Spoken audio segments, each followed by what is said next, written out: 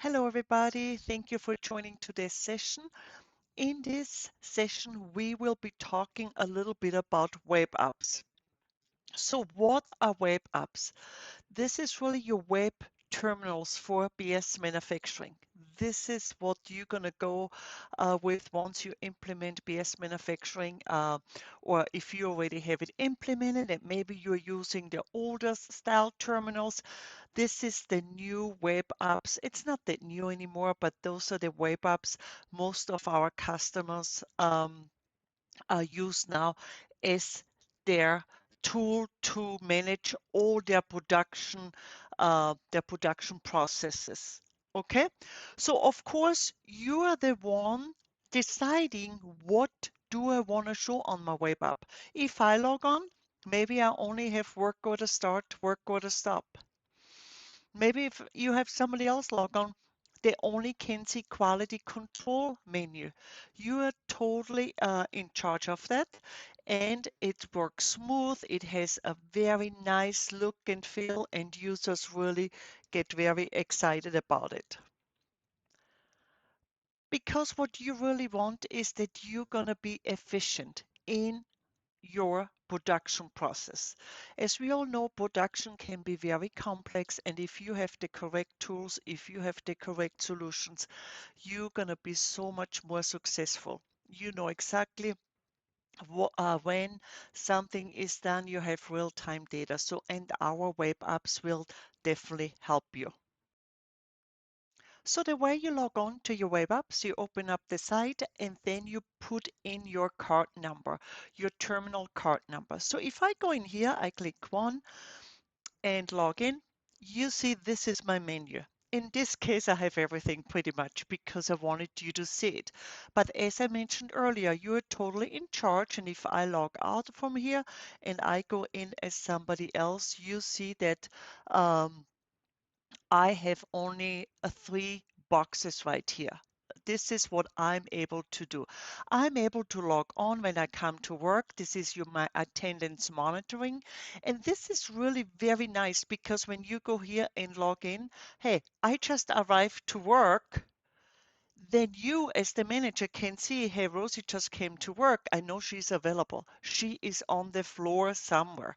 You also have a nice history right here, but you log on, and of course once you go home then you would log off. So that's one of the menus right here, log on, log off, for attendance monitoring. So that's very much liked by our customers because you want to know who is actually here. Maybe I'm logging off because I have a doctor's appointment or whatsoever. Then you will see also, hey, she was logged on and she just logged off. So if I go over to SAP, for example, just to show you right here, human research currently present, you will see right here that James Bond is logged in. This has been present since 12:30. This is a recording, that's why you see the time like this. And Rosie Coronado has been present since 1:11. If I, for example, would log off now, if I see my menu, I can see my menu. If I say log out now, then also it will tell you, hey, when was this person present the last time on your report? And that's the beauty of it. I'm a big believer on real-time data, as you guys know, and you always should know what's going on in your company. You see right here was present today till this time. So now it changed because I logged off. But let's go back to my web terminal. So as I said, you decide what a user can see. So I'm going to go back in actually as a different user again, so we see a little bit more. And of course, I will not go through everything. It's impossible. So what you can see, log on, log off here, also with James Bond. I'm already logged in. If I would go here now, I can log out from this. There's work order start, work order stop. We all know when you are in production and you have a work order with different operations, of course, I print the work order out and then users log on to a work order for certain operation. Maybe you have them locked down that they can only do certain route stages or operations, whatever you would like to call it, with certain resources. So you can go in here and you just go in work order start. Okay? And then work order stop. If you have been dealing with BS, you probably know this from a terminal. This is the web terminal. It has a nicer look and feel for you. So if I go to work order start, I can scan the barcode like you would do with another terminal. If I go to SAP Business One, let's go in here. And what I'm going to do, I'm going to go over to production and I'm going to take this work order 271 and I'm going to get the barcode. Actually, let me go to, yeah, that's fine.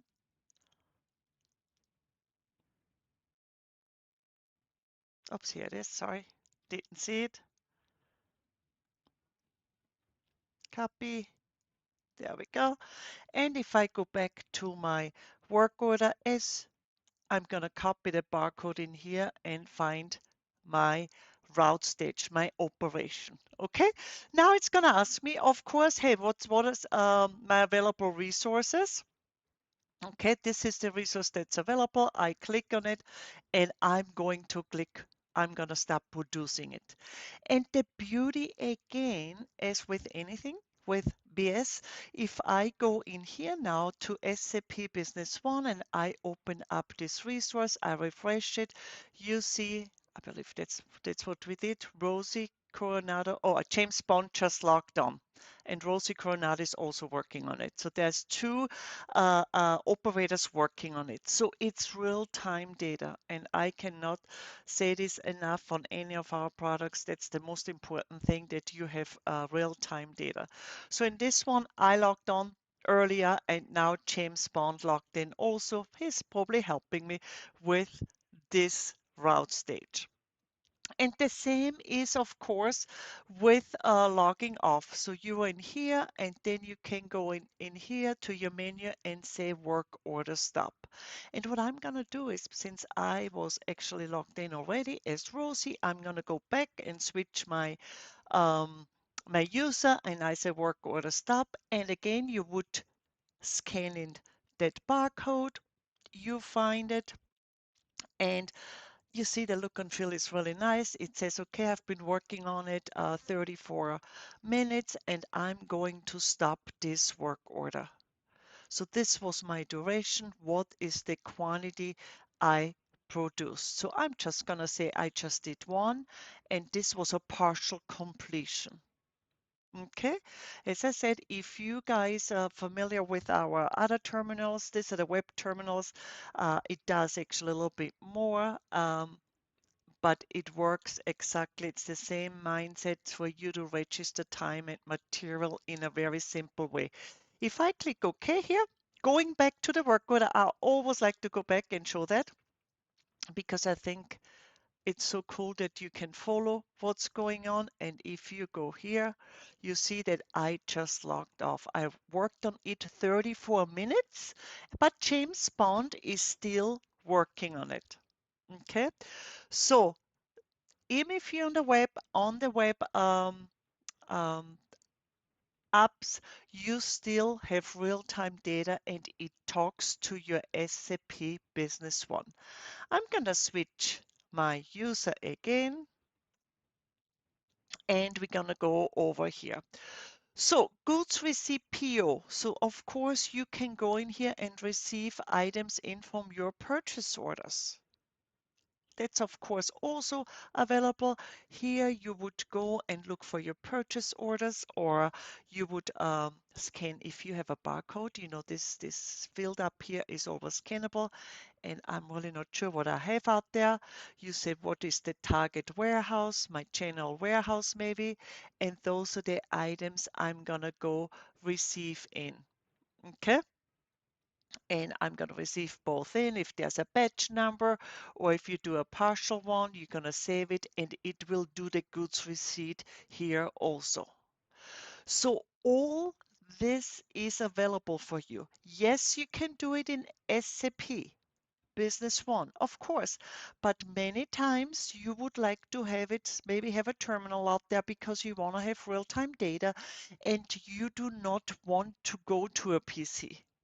I'm a big fan of terminals. You know, we also have scanning solution just for warehouse management, uh, um, because then you have real-time data and you don't have to set up a machine in the corner and people maybe don't do it right away. So you can absolutely do a goods receipt PO also. So you have your attendance for work order start, work order stop. I'm just going to highlight some that's very common. Then you have interruptions. Imagine one of your machines broke. Yeah, I need to have maintenance. I need to record an interruption because, you know, when somebody plans the production orders with APS, with Advanced Planning and Scheduling, this machine cannot be available because it's broken. So you can always go in here and say start interruption, and it will ask you right here, hey, which one is the one you wanna let me just do this one. Okay, what is the reason? Of course, you set up the reason code. What's the reason? There's maintenance, it's broken. Okay. And are there any tools involved? Yes, this tool is involved. The reason, again, it's broken. Okay. And you save that. And this, okay, so I already had it. Actually, this is telling me that I already did it. So let me do another one. It's what I get when doing some stuff and don't set it back. Oops. Let me see if I do another one.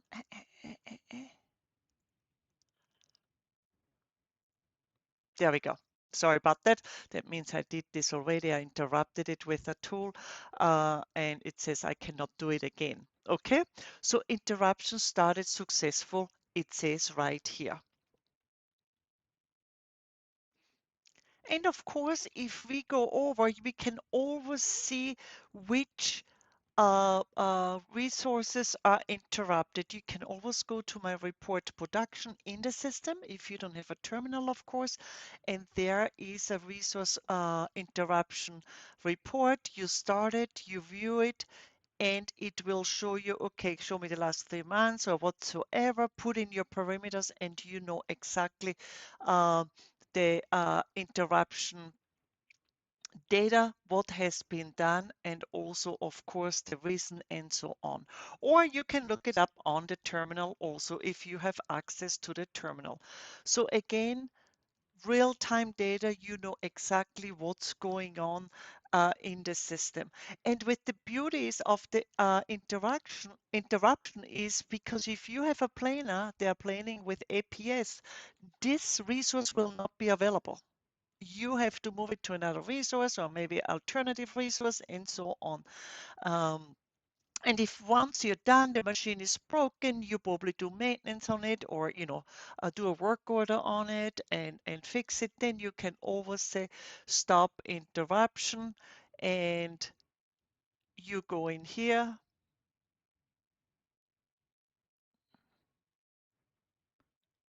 Oh, sorry about that. Stop interruption. Those are the two we just did. And I'm just going to say stop interruptions and interruptions stop successfully. And again, when I go to the report, now only this machine is running and is interrupted. So very nice, again, real data. And with the web apps, it makes it so easy for the user just to do it. And as I said, you give the user what they need. Okay, this is a very busy screen. There is a lot of stuff you can do on as a license. There's different license. There's a quality control terminal license. There is, of course, work order license, production data collection, basically. Then you can do also interruptions, maintenance. uh, work with a goods issue, goods receipt, if you see here. So, but you just take what you need. Okay, how is your business set up? What do my users need on the floor to make sure I have real-time data and they have an easy way to do their tasks? And of course, you also have quality control.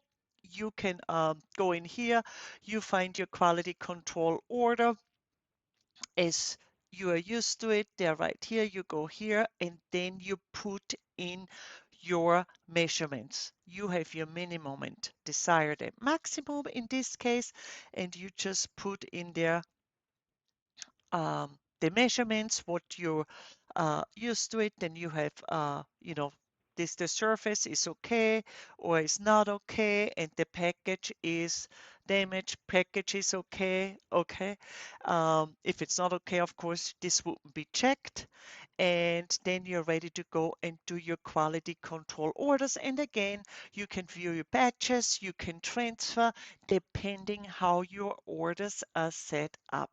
So instead of you doing this, for example, absolutely you could do quality control in here and quality control. Right here, quality control order, same thing, you can do it in a system, but you know that not everybody has system to your SAP database. This is when your web terminal comes handy. You just set them up on the web terminal. They only can see the quality control menu. There's quality control by test, there's quality control transfer, and so on, and they're ready to do it while they're doing it, and that's what you want. So attendance work order, start, stop, of course, goods receipt, interruption starting, quality control, those are very, very common ones, okay? Then, of course, you have inventory counting, you have stock transfer, you have warehouse stock reservation list, or one thing is also the pool report. As you see, if you go in here, you say, okay, this is the pool report. I'm gonna do the mixer. Okay, I'm on the resource mixer, and those are all the operations for this mixer. Which one do I want to start? And then you save it. Okay, so you can also work with the pull report. It tells you exactly uh, uh, which operations are under these resources. As you see, every time I go in here, I go to operation, you see a list coming here. Okay. And you can start straight from here. There we go. So that means you don't do it here, work order in, work order out. You can also do it from a pull report right here. And you see right here, when you see this in red, that means I am logged on. I can go in here and I can stop from here. Okay. So a lot of people prefer the pull report because they see everything. So you don't have to go one by one, work order, log in, work order, log off. Okay. And one thing I actually prepared for you, because it's always when you have anything from our solutions, always go with the help. Also, it tells you what those little pictures mean. So red, work order start, it started. Okay, gray, no one has logged on. Orange means that somebody else started it. This means this is available. This means this is locked. This is available in Webb App pull report. And red means not enough material to complete the work order. We saw that a little bit, right? Okay. And there's an interruption active. So whenever you are not sure what those means, always go to our help. Just go to help Beas Manufacturing, and it will show you right here what all those little pictures and icons mean. Okay. And it walks you through it. So those numbers on the material. Red means you have to book it manually. Green means that it's automatically booked, backflash. And white means this is not linked to a current position. So it's very nice color coded for you to follow all those steps. So these are all white. They're not linked to this certain operation. Okay, so I'm logged into several here.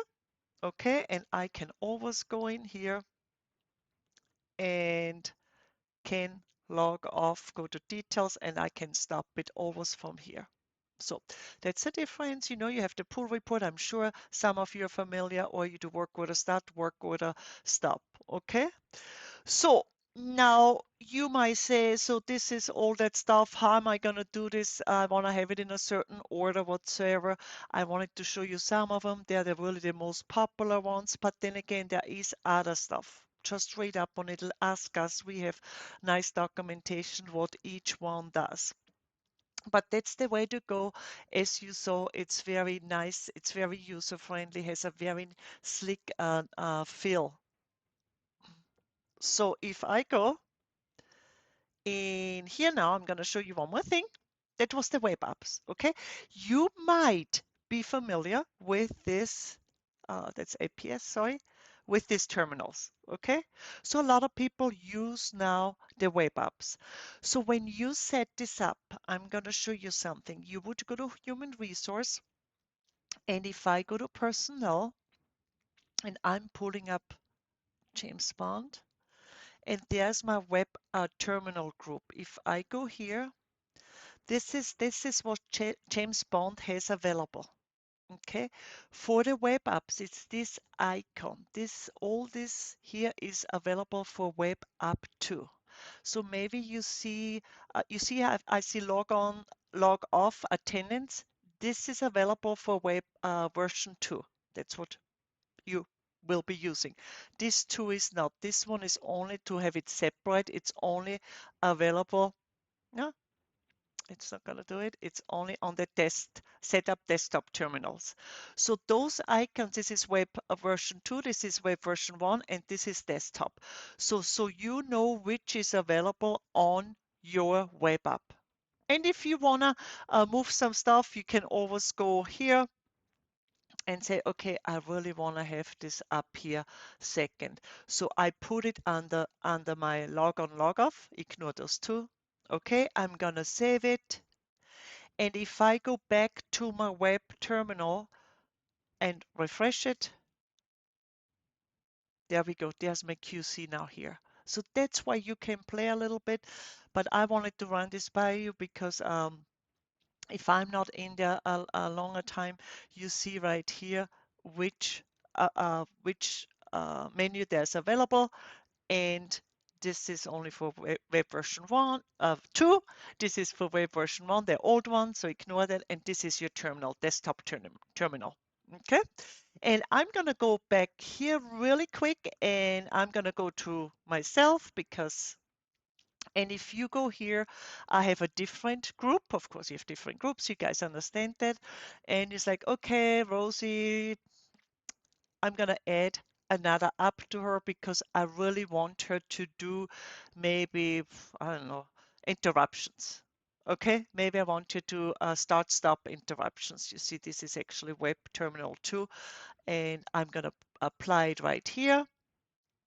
It's here. I'm going to save it, and that's how simple it is. If I log in as Rosie now, and I'm going to log off as James Bond, and I'm going to log in as Rosie. Oops, I did it as James Bond again, wrong number. And you see now I have interruptions right here also, and I can actually use that. So that's the beauty of it. Use the web terminals. As I said, very nice look and feel. I showed you some of it. Of course, it's a different look. If you're used to the other terminals, it's a little bit of different look. It's something you need to get used to it, of course, because it's like I always say, moving to a different city, you gotta find your way around. But this is what the web terminal looks like, and you see you have many options, but you just get what you need. So that was a really quick overview of about our web terminals. We could go on, but please read up on it on our help. Also, if you're not that familiar with it, and it tells you everything what each menu does. I just kind of went through quickly on the ones that's what we see a lot with customers, and of course there is more for you. Thank you so much for joining today.